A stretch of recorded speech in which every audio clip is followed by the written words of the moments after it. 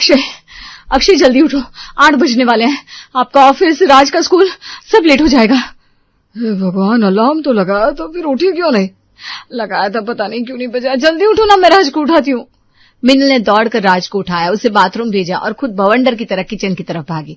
उसने सोचा जल्दी जल्दी पराठे बनाकर सबको निपटा देगी, लेकिन जैसे उसने किचन का दरवाजा खोला तो वो देखती रह गई। ये क्या? मैं तो कल रात सब साफ करके सोई थी। ये बर्तन इधर उधर क्यों पड़े हैं? और चूल्हे पर ये कढ़ाई में क्या पड़ा है? हे माँ! उसने हैरानी से चारों तरफ देखा। कल रात जो किचन चमक रहा था, आज सुबह वहां जैसे कोई तूफान गुजर गया था। चूल्हे पर कढ़ाई में बासी सब्जी के अवशेष थे। फ्रिज का दरवाजा आधा खुला था और उसके आटे वाला बर्तन गायब। अरे ये आटे वाला बर्तन तो खाली है। रात मैंने कितनी मेहनत से आटा गूंथा था, ये गया कहाँ? लगता है रात में मम्मी जी और पापा जी ने कुछ बनाया और मेरा आटा इस्तेमाल कर डाला। अब क्या करूं? वो गुस्से में किचन से बाहर निकली और ड्राइंग रूम में पहुंची, जहां अक्षय तैयार होकर बैग में फाइलें रख रहा था। सुनो, जरा सुनो, कल रात मैंने आटा गूंथ कर रखा था, एकदम सॉफ्ट आटा। वो आज सुबह गायब है। मम्मी जी और पापा जी ने रात में वो आटा इस्तेमाल कर लिया। अब क्या बनाओ? तुम सबका नाश्ता क्या होगा? अरे तो अब मैं क्या ऑफिस भूखा जाऊं? तुम्हें देखना चाहिए था। 8 बजे उठती हो और उल्टा सवाल मुझे पूछती हो। क्या मतलब? मैं तुम्हें बता रही हूँ, आटा नहीं है। मेरी गलती क्या है? तुम्हारी गलती यह है कि तुम समय पर नहीं उठी। अगर 7 बजे उठ जाती, पता चल जाता कि आटा है कि नहीं है। अब मुझसे बहस मत करो, देर हो रही है। मैं तुम्हें समस्या बता रही हूँ और तुम उल्टा मुझ पर चिल्ला रहे हो। ये मेरा काम है अकेले सब संभाला? तुम्हारे मम्मी पापा को रात में क्या सूझी, ये पूछोगे? हाँ, अब मम्मी पापा पर दोष आ गया। रात में उन्हें भूख लगी होगी तो खा लिया। अरे इतनी छोटी बात पर तूफान खड़ा कर दिया। बहस बढ़ती जा रही थी, तभी वहां राज आया। मम्मा पापा प्लीज लड़ो मत, थोड़ी सी चाय बना दो, चाय पीकर चले जाएंगे, बिस्किट खा लेंगे साथ में। बेटे की बात सुनकर मिनल का गुस्सा थोड़ा कम हुआ। उसने जोर की सांस ली। ठीक है बेटा, तुम दोनों के लिए चाय बनाती हूँ। उसने फटाफट चाय बनाई और फिर ये जरा सा नाश्ता करके अक्षय और राज ऑफिस और स्कूल के लिए निकल गए। अक्षय और राज के जाने के बाद मिनल ने जैसे तैसे किचन संभाला। दोपहर के समय प्रदीप, चित्रा और तारा सोकर उठे। हाय राम, कितनी मीठी नींद आई रात। मम्मा चाय बनेगी क्या? हाँ बेटा, पर पहले फ्रेश तो हो लो। प्रदीप, आप भी चाय पियोगे? ले आओ चाय। नमस्ते पापा जी, मम्मी जी, तारा नमस्ते। वाह बहू, तू तो आज बहुत सीरियस लग रही है। सुबह सुबह क्या हुआ? मम्मी जी, कल रात आप लोगों ने क्या किया?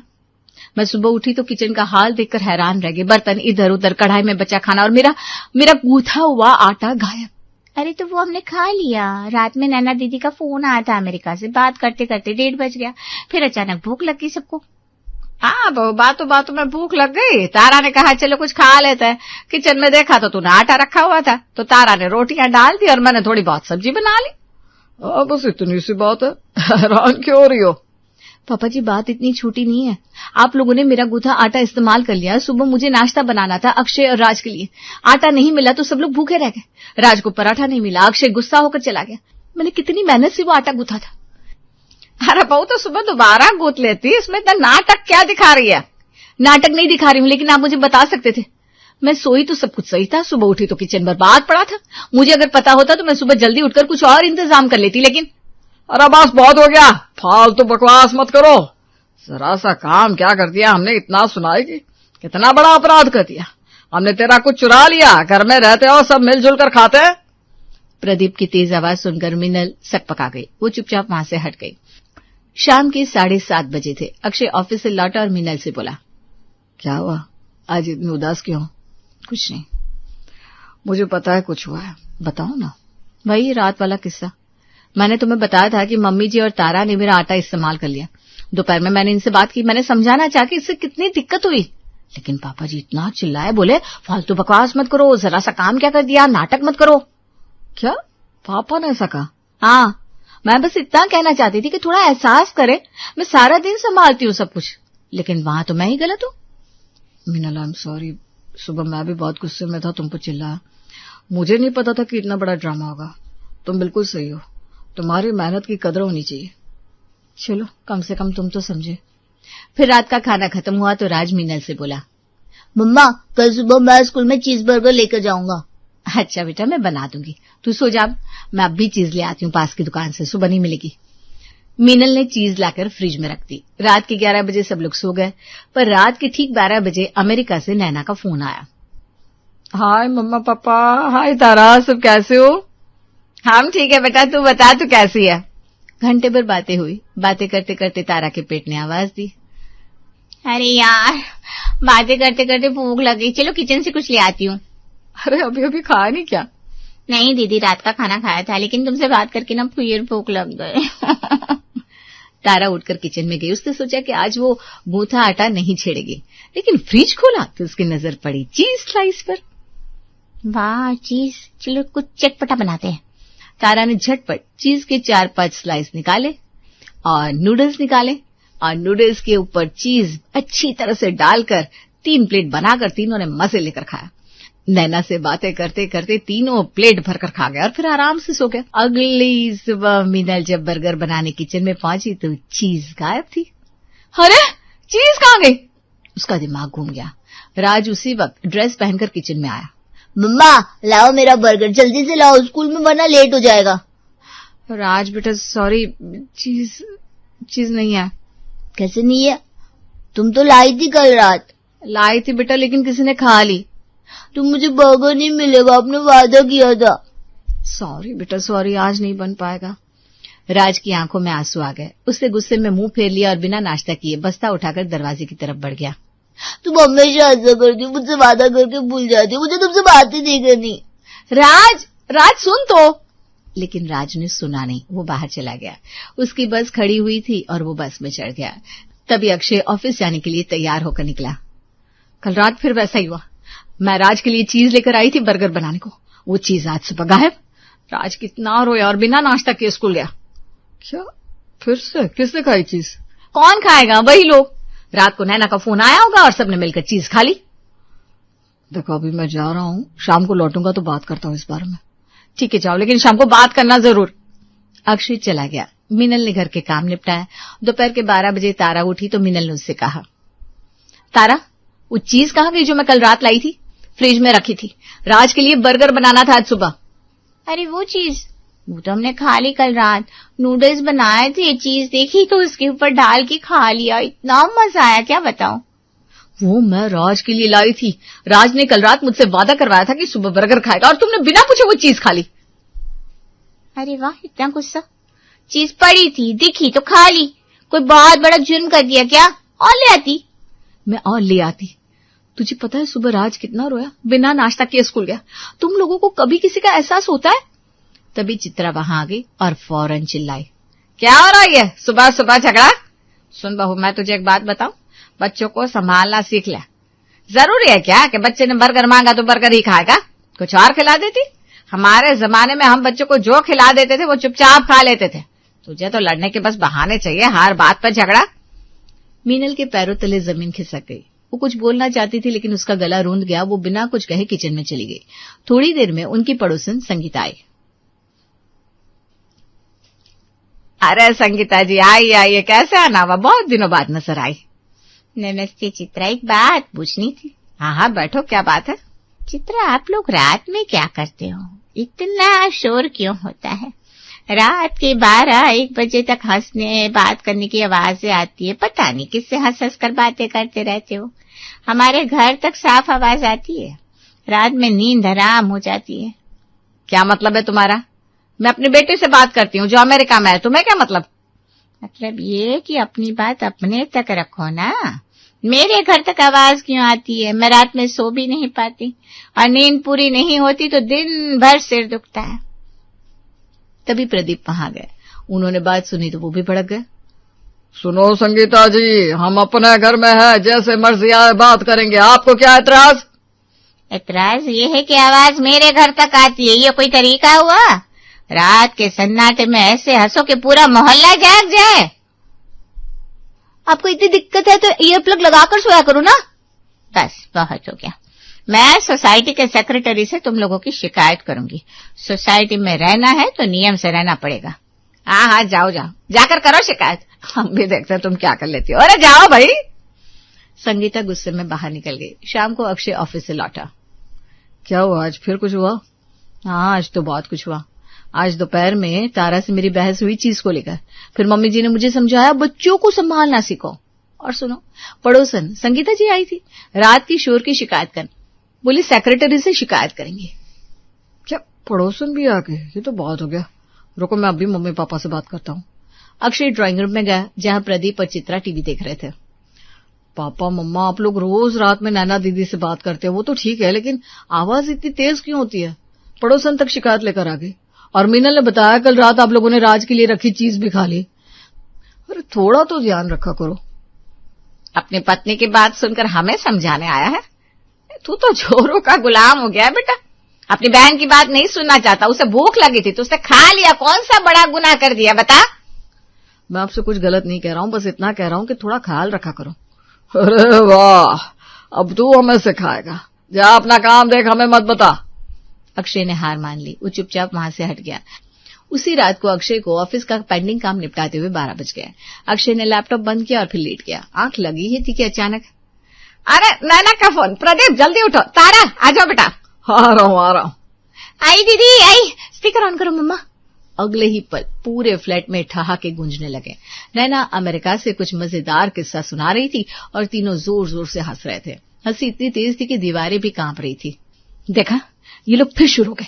अब नींद कहां से आएगी बताओ? अरे भगवान, इतनी रात को इतना शोर। मैं अभी जाकर कहता हूं। नहीं अभी मत जाओ, गए तो उल्टा तुम्हीं पर चिल्लाएंगे। रहने दो। अब समझ में आया संगीता आंटी का दर्द? वो बिल्कुल सही कहती हैं। आधी रात के बाद कहीं जाकर आवाजें थमी। अक्षय और मीनल की आंख बहुत मुश्किल से लगी। अगले दिन दोपहर को संगीता सोसाइटी के सेक्रेटरी को लेकर आ गई। नमस्ते चित्रा जी, प्रदीप जी। क्या बात है सेक्रेटरी साहब? देखिए, संगीता जी ने आपके खिलाफ शिकायत दर्ज कराई है। उनका कहना है कि आप लोग रात में बहुत शोर करते हैं, ऊंची आवाज में हंसते हैं, बातें करते हैं, जिससे उनकी नींद खराब होती है। हम अपने घर में अपनी बेटी से बात करते हैं जो अमेरिका में है, हमें क्या कोई मना कर सकता है? मैं मना नहीं कर रहा चित्रा जी, मैं बस इतना कह रहा हूँ थोड़ा एहतियात बरते, आवाज थोड़ी धीमी रखे। रात के समय सन्नाटा होता है तो आवाज दूर तक जाती है। प्रदीप और चित्रा के चेहरे पर गुस्सा साफ दिख रहा था, लेकिन सेक्रेटरी साहब के सामने वे कुछ बोल नहीं पाए। उन्होंने चुपचाप सिर हिला दिया। ठीक है साहब, ध्यान रखेंगे। बस यही तो चाहिए, थोड़ा ख्याल करिए दूसरों का भी। नमस्ते। वो लोग चले गए। मीनल मन ही मन खुश हो रही थी। शाम को अक्षय ऑफिस से लौटा। उसने देखा सबका मूड खराब है। क्या हुआ पापा, मुंह क्यों लटका है? अरे चुप रह, तो ये तो है जो हमेशा हमसे उल्टा बोलता है। तो ही चाहता है ना कि हम नैना से बात ना करें। अरे पापा, मैंने ऐसा कब कहा? मैंने तो सिर्फ इतना कहा था कि खाने पीने का भी तो ख्याल करें। मीनल कितनी मेहनत करती है रोज। अच्छा, खाने की बात कर रहा है ना, तो ठीक है, आज से हम कुछ खाएंगे ही नहीं तुम्हारा। हम नैना से बात भी नहीं करेंगे, खुश रहो। अक्षय ने मीनल की तरफ देखा। मीनल ने कंधे उचकाए। दोनों चुपचाप अपने कमरे में चले गए। अगले दिन तारा के कॉलेज से फोन आया। चित्रा ने फोन उठाया। नमस्ते तारा की माँ, मैं कॉलेज से बोल रहा हूँ। तारा रोज लेट हो रही है, क्लास मिस कर रही है, प्लीज ध्यान दीजिए। क्या लेट हो रही है? ठीक है सर, मैं देखती हूँ। फोन रखकर चित्रा ने तारा की तरफ देखा। तारा, कॉलेज से फोन आया है, तो रोज लेट हो रही है, क्लास मिस कर रही है। मम्मा, रात में नींद पूरी नहीं होती, सुबह उठने का मन नहीं करता। तो अब से रात में जागा मत कर, नैना से बातें करना बंद कर, हम कर लेंगे बस। मम्मा ऐसे वैसे दी से बात ना करो। अभी के लिए बंद, कॉलेज पर ध्यान दे। लेकिन अब सुबह उठकर तारा को भी खाने को कुछ नहीं मिलता था। एक दिन उसने फ्रिज खोला, खा ली। दूसरे दिन भी खा ली। तीसरे दिन वो गुस्से में मिनल के पास गई। सुबह से कुछ खाने को नहीं मिलता, कॉलेज जाने से पहले कुछ रखा क्यों नहीं होता? अरे वाह, अब समझ में आया तुम्हें? जब भूख लगती है ना, तब पता चलता है कि खाना कितना जरूरी है। जब तुम लोग रात में मेरा बनाया हुआ खाना, आटा सब खा लेते थे, राज के लिए रखी चीज भी खा लेते थे, तब तुम्हें एहसास था? वो बता, मैं भूख लगी थी तो अब मुझे भी भूख नहीं लगती क्या? राज को भूख नहीं लगती? बस जब तुम्हें भूख लगे तुम खा लो, जब हमें भूख लगे हम भूखे रह जाए। तारा को कुछ जवाब नहीं सूझा। वो उदास होकर अपने मम्मी पापा के पास गई। पापा मम्मी, आप लोग रात में खा लेते हो, सुबह में कुछ बचता ही नहीं, ऐसा मत करो। चुप, कल तक तो तू भी यही करती थी रात में, तब सब ठीक था। अब शिकायत कर रही है? हाँ, नहीं तो ज्ञान देने आ गई माँ बाप को। उसी शाम तारा ने अक्षय से रोते हुए कहा, कुछ करना पड़ेगा, वरना ऐसे कब तक चलेगा। अक्षय ने उन लोगों को समझाने की ठान ली। मम्मी पापा, आप लोग मेरी एक बात मानोगे? नैना दी बहुत मतलबी है, उन्हें आपसे कोई मतलब नहीं है।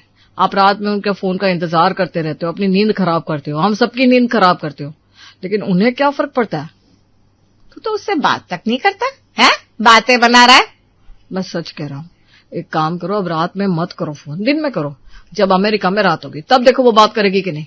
अगर सच में उसे आपसे प्यार है तो वो रात में भी उठकर बात करेगी, लेकिन देख लेना वो ऐसा नहीं करेगी।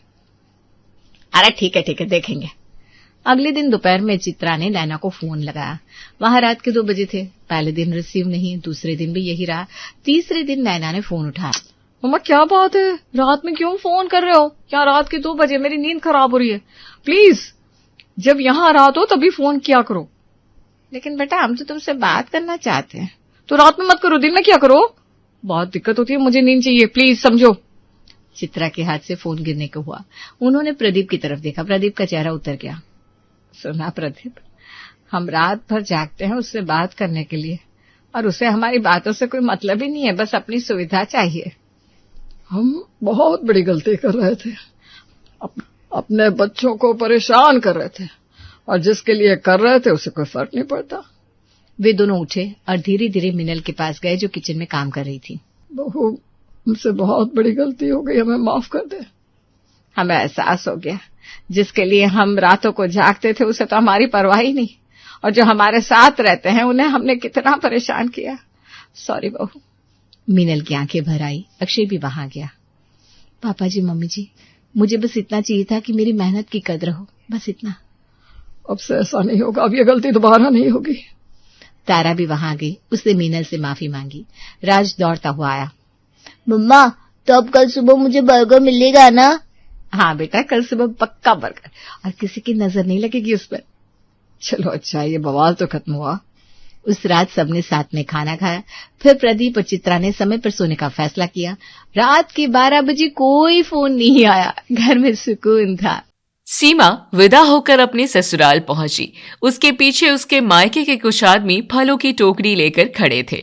बहू, ये लोग कौन है? उनके हाथ में क्या है ये सब? सासू माँ, आपको तो पता ही है, मेरे पिताजी फलों का व्यापार करते हैं, इसलिए उन्होंने मेरे लिए आम, केले, संतरे और भी बहुत सारे फल भेजे हैं। देखो बहू, वो सब तो ठीक है, लेकिन हमारे यहाँ एक नियम है, बहू के ससुराल का कुछ भी इस घर में नहीं आता। माँ, ये सब खाने की चीजें ही तो है। बेचारी इतनी मेहनत से इतनी दूर तक फल लेकर आए हैं, तो क्या हम उन्हें लौटा देंगे? विजय, तुम फालतू में ऐसी बातें बोल रहे हो। माँ को जानते हो ना, वो अपने नियमों की कितनी पक्की है। माँ के नियमों की वजह से ही ये घर चल रहा है। हाँ बेटी, तुम्हारी माँ की ही बात मानी जाएगी, इसके अलावा कोई रास्ता भी तो नहीं है। सही कह रहे हो तुम लोग। बहू, इन लोगों को वापस भेज दो फलों की टोकरी लेकर। सासू माँ, कम से कम शगन के नाते ही सही एक आम तो ले ही लीजिए, वरना देवरानी जी को बुरा लग जाएगा। तुम चुप करो और जाकर किसी कोने में बैठ जाओ। आज वैसे भी तुम्हें तो खाना बनाना नहीं है, खाना तो छोटी बहू बनाएगी, क्योंकि इसकी पहली रसोई की रस्म है। तुम लोग देख क्या रहे हो? फलों की टोकरी लेकर यहाँ से चले जाओ। जाओ भैया, तुम लोग वापस चले जाओ, मम्मी पापा को समझा देना। ठीक है दीदी, हम समझा देंगे, आप चिंता मत करो। चलो भाइयों। तो वो सारे आदमी फलों की टोकरियां लेकर वहां से चले गए। चलो, गृह प्रवेश तो हो ही गया है, रात भी होने वाली है। बहू, तुम जाकर सबके लिए खाना बनाओ, आज तुम्हारी पहली रसोई की रस्म होगी। ठीक है माँ जी, जाती हूँ। इतना बोलकर सीमा किचन की तरफ जाने लगी। तभी, माँ, आपने वो वाली रस्म तो करवाई ही नहीं जो बड़ी भाभी से करवाई थी। अरे हाँ, रुक जाओ बहू। सीमा रुक गई। हाँ माँ जी, क्या हुआ? हमारे घर का ये भी नियम है कि कोई भी रस्म करने से पहले इस घर की बहू अपने से बड़ों के पैर छूती है। हम तुम्हें बताना भूल गए थे। ठीक है माँ जी। सीमा ने बारी बारी सबके पैर छुए। हाँ हाँ, जीती रहो, जीती रहो। खुश रहो बहू, सदा सौभाग्यवती रहो। तो इस तरह सीमा ने सबसे आशीर्वाद लिया और किचन में जाकर खाना बनाने लगी। लगता है ये घर बहुत सारे नियमों से चलता है, लेकिन मायके से कोई भी चीज न लाने देना, ये नियम कुछ अजीब है। इतने में वहां पायल आ गई। भाभी, यहाँ के नियमों के बारे में कुछ भी मत बोलना। हमारे घर में इतने सारे नियम हैं, इसलिए इस परिवार में एकता है, वरना सब बिखर गया होता। अरे मैं कहाँ कुछ बोल रही हूँ, मैं तो बस ऐसे ही सोच रही थी। वैसे तुम किचन में क्यों आ गई? आज का खाना तो अकेले मुझे ही बनाना है। नहीं भाभी, मैं बस थोड़ा परोस में जा रही थी, आपको बड़बड़ाते हुए सुना तो अंदर आ गई। मैं जाती हूँ, खाना बनते ही मैं आ जाऊंगी। ठीक है पायल, जाओ। पायल वहां से चली गई। चलो, अब बिना कुछ बोले जल्दी जल्दी खाना बना लेती हूँ, हो सकता है खाना खाने का भी कोई टाइम डिसाइड हो यहाँ पर।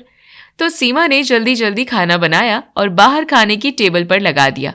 माँ जी, सब लोग तो आ गए, पायल कहाँ रह गई? पड़ोस में कहीं गई थी, बोली थी खाने के टाइम पर आ जाएगी। इस लड़की को कितनी बार मना किया है कि शादी से पहले बाहर मत निकलो, लेकिन ये हमारी बात मानती ही नहीं। इतने में पायल वहां पर आ गई। अरे माँ, मैं आ गई। जैसा आप सोच रही हैं वैसा कुछ नहीं है, मैं तो अपनी सहेलियों के साथ गप्पे मारने गई थी। चलो अच्छा, बैठो, खाना खा लो सब लोग। तो सब लोग खाने की टेबल पर बैठ गए। सीमा खाना परोसने लगी, उसकी जेठानी भी वहीं एक किनारे खड़ी रही। ये लीजिए, आज मैंने इतने प्यार से खाना बनाया है कि सब लोग अपनी उंगलियां चाटते रह जाएंगे। हाँ बहू, महक तो बहुत अच्छी आ रही है।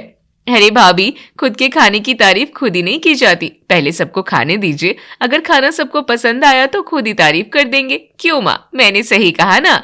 हाँ बेटी, सही कहा। अब जल्दी जल्दी खाना खाते हैं, बहुत भूख लगी है। अरे दीदी, आप भी बैठ जाओ। अरे नहीं देवरानी जी, पहले इन सबको खा लेने दीजिए। दीदी, जब से मैं आई हूँ तब से आपको देख रही हूँ कि आप डरी डरी सी खड़ी रहती हैं, कुछ बोलती भी नहीं। बहू से बाद में बात करना, पहले इस घर का एक और नियम सुन लो। जब तक इस घर के सारे सदस्य खाना नहीं खा लेते, तब तक इस घर की बहुएं एक निवाला भी अपने मुंह में नहीं डालती। समझ गई भाभी? हाँ हाँ, समझ गई पायल। ठीक है, आप लोग खाना खाइए, मैं और दीदी यहीं खड़े हैं, किसी चीज की जरूरत हो तो बताइएगा। तो सब लोग खाना खाने लगे। वैसे खाना अच्छा बना है क्यों पिताजी? हाँ भैया, भाभी ने खाना बनाया है तो आपको तो अच्छा लगेगा ही, किसी और को भी तारीफ करने दो। तुम कुछ ज्यादा ही बोलने लगी हो पायल, खाना वाकई स्वादिष्ट बना है। हाँ विजय, तुमने सही कहा, बहू ने खाना तो वाकई बहुत स्वादिष्ट बनाया है। सही कहा पिताजी। चलो, ये अच्छा है कि तुम खाना अच्छा बना लेती हो, बड़ी बहू की तरह। ये लो, हम सब की तरफ से तुम्हें Shagun. Thank you so much माँ जी। तो इस तरह खाना पीना खाकर सब उठकर वहां से जाने लगे। हम लोग जा रहे हैं, तुम दोनों भी खा पी कर बर्तन धोकर उसके बाद ही सोना। बड़ी बहू समझा देना छोटी बहू को। ठीक है माँ जी। इतना बोलकर उनकी सास और बाकी लोग भी वहां से चले गए। इधर दोनों देवरानी जेठानी बैठकर खाना खाने लगी। दीदी, आप कैसे झेलती हो ये सब? इतने सारे नियम तो मेरे स्कूल कॉलेज में भी नहीं थे। देवरानी जी, धीरे धीरे बोलिए, अगर सासू माँ ने सुन लिया तो पूरा घर सर पर उठा लेंगी, इसी वजह से तो मैं कुछ बोलती नहीं हूँ। कोई बात नहीं दीदी, आप खाना खाइए, बताइए मैंने खाना कैसा बनाया है। देवरानी जी, खाना तुमने सच में बहुत अच्छा बनाया है, तुम्हारे हाथों में जादू है, इतना अच्छा खाना तो मैं भी नहीं बना पाती। दीदी, आपने तो कुछ ज्यादा ही तारीफ कर दी। अरे नहीं नहीं, सच में तुमने बहुत अच्छा खाना बनाया है, और तुम्हारे आ जाने से मैं बहुत खुश भी हूँ, वरना मैं अकेली ही सारा काम करती रहती थी और घर के कोने में बैठी रहती थी। चिंता मत करो दीदी, आप तो मेरी बड़ी बहन जैसी हैं, अब हम दोनों ढेर सारी बातें किया करेंगे। दोनों खाना खाने लगी। खाना खाने के बाद, चलो देवरानी जी, खाना तो हो गया है, अब जल्दी से बर्तन मांज लेते हैं, आज आपकी सुहागरात भी तो है। क्या दीदी, आप भी?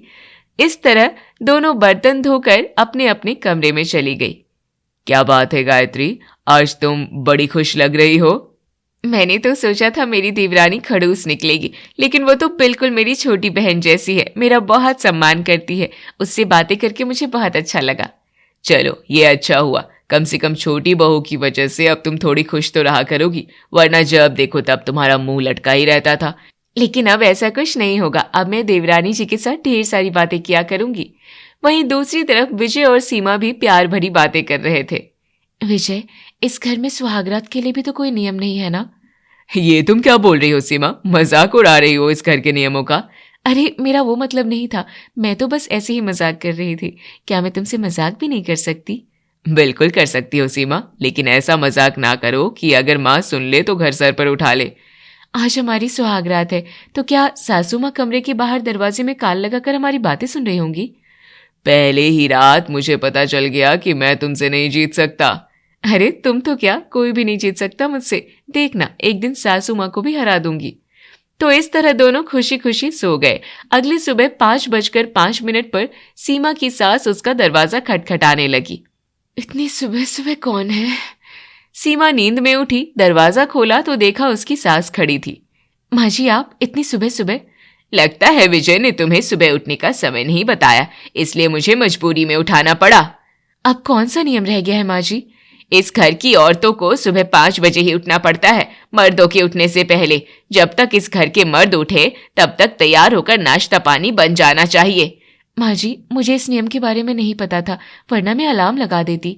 ठीक है बहू, उम्मीद करती हूँ कल मुझे जगाने नहीं आना पड़ेगा। माँ जी, मुझे खुद सुबह 5 बजे उठने की आदत है। मैं थक गई थी इसलिए मेरी नींद नहीं खुल पाई, बस इतनी सी बात है। चलो ठीक है, तुम्हारी जेठानी नहाने गई है, तुम भी नहा लो, फिर जाकर पूजा करो, उसके बाद नाश्ता बनाओ। ठीक है माँ जी। उसकी सास वहां से चली गई। नहा धोकर सीमा ने पूजा की, फिर किचन में चली गई जहां उसकी जेठानी पहले से ही मौजूद थी। अरे दीदी, अगर आपको इस नियम के बारे में मालूम था तो मुझे पहले ही बता देना चाहिए था कि सुबह 5 बजे उठना जरूरी होता है। मुझे याद था, लेकिन फिर लगा कि शादी के चक्कर में तुम थक गई होगी, इसलिए सारा काम मैं अकेले ही कर लूंगी, लेकिन सासू माँ की नजरों से कुछ बच नहीं सकता। हाँ, सही कह रही हो दीदी। जब तक सारे मर्द उठकर तैयार हुए तब तक दोनों देवरानी जेठानी ने नाश्ता बनाकर तैयार कर दिया।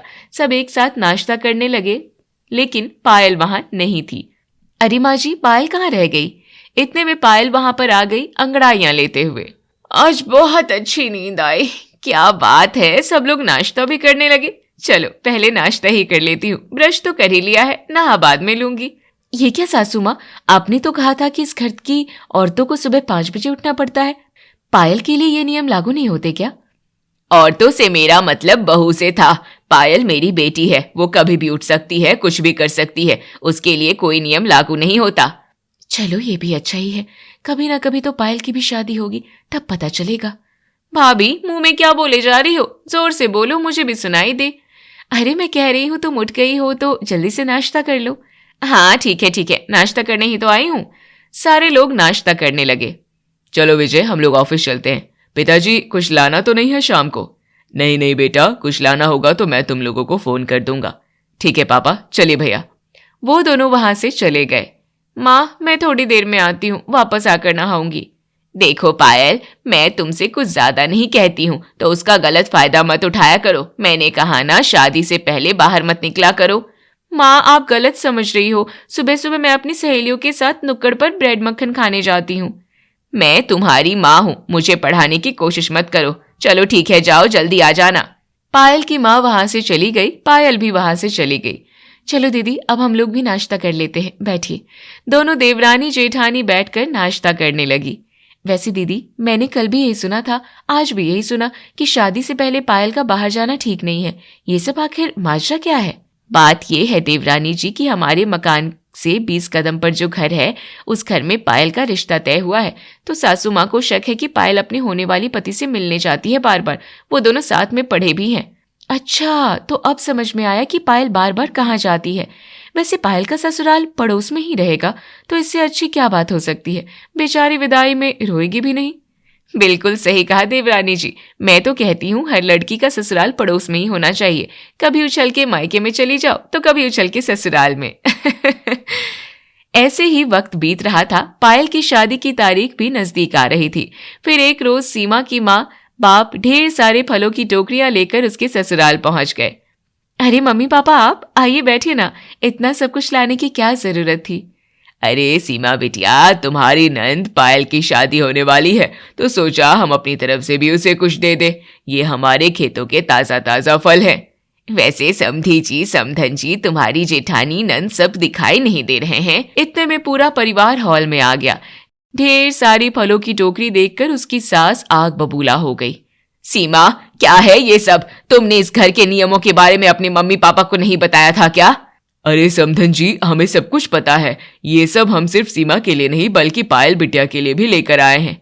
हाँ समधन जी, 1 हफ्ते बाद पायल बिटिया की शादी है तो सोचा कुछ लेते चले। समधन जी, वैसे ये आपने बहुत अच्छा किया।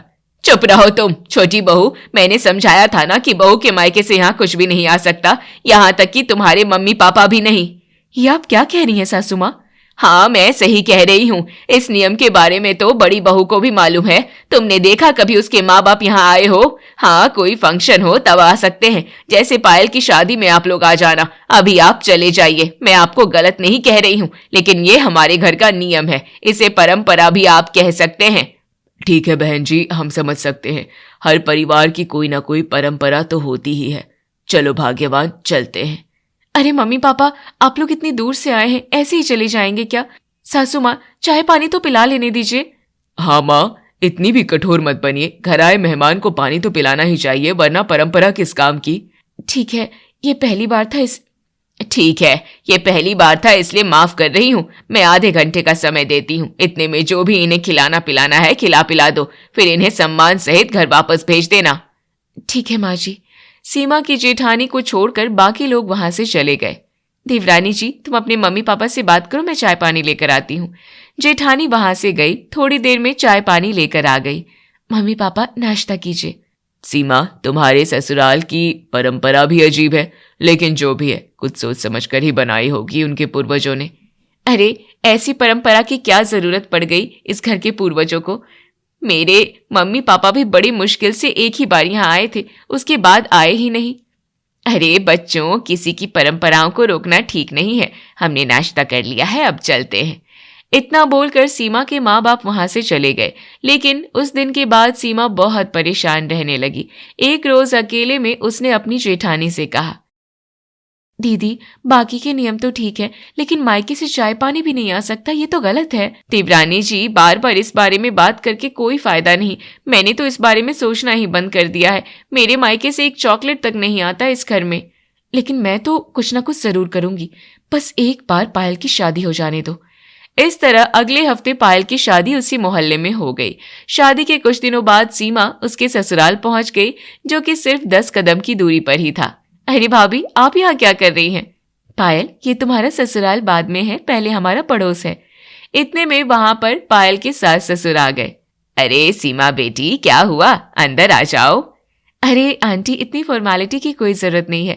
मैं एक रिश्तेदार की हैसियत से नहीं, बल्कि एक पड़ोसन की हैसियत से आपसे थोड़ा सा दूध मांगने आई हूँ। जैसे पहले आया करती थी, मैं पहले की जैसे ही आ सकती हूँ ना आपके घर?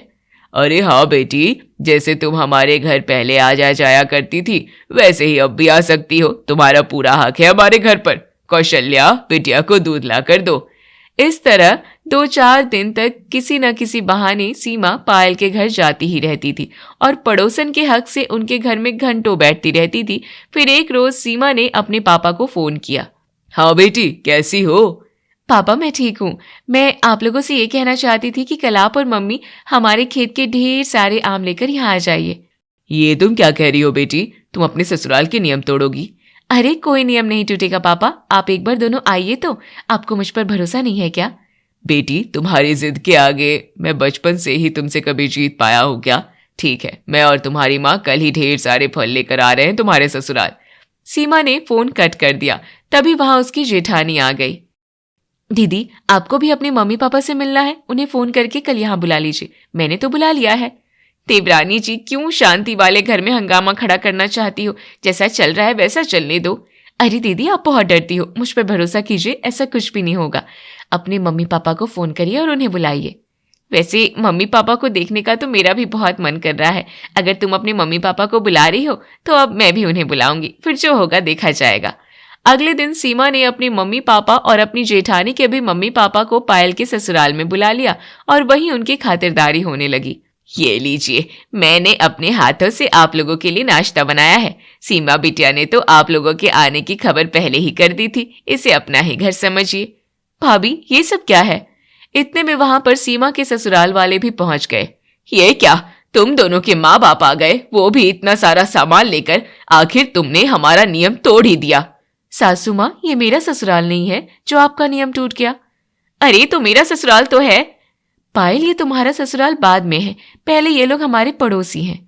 हाँ, आप लोग परेशान मत होइए, एक पड़ोसी होने के नाते आप लोग जितने दिन चाहे यहाँ रह सकते हैं।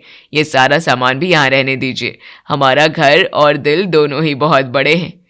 तो आज के बाद मैं और दीदी अपने माँ बाप को यहीं पर बुलाया करेंगे। अब हमारे मायके वाले जो भी चीजें हमारे लिए लाएंगे वो यहीं रख देंगे, हम उसका यहीं से इस्तेमाल भी कर लिया करेंगे। इससे आपके घर का नियम भी नहीं टूटेगा और हम अपने मम्मी पापा से भी मिलते रहेंगे। ये ठीक हुआ, जैसे को तैसा ही मिल गया।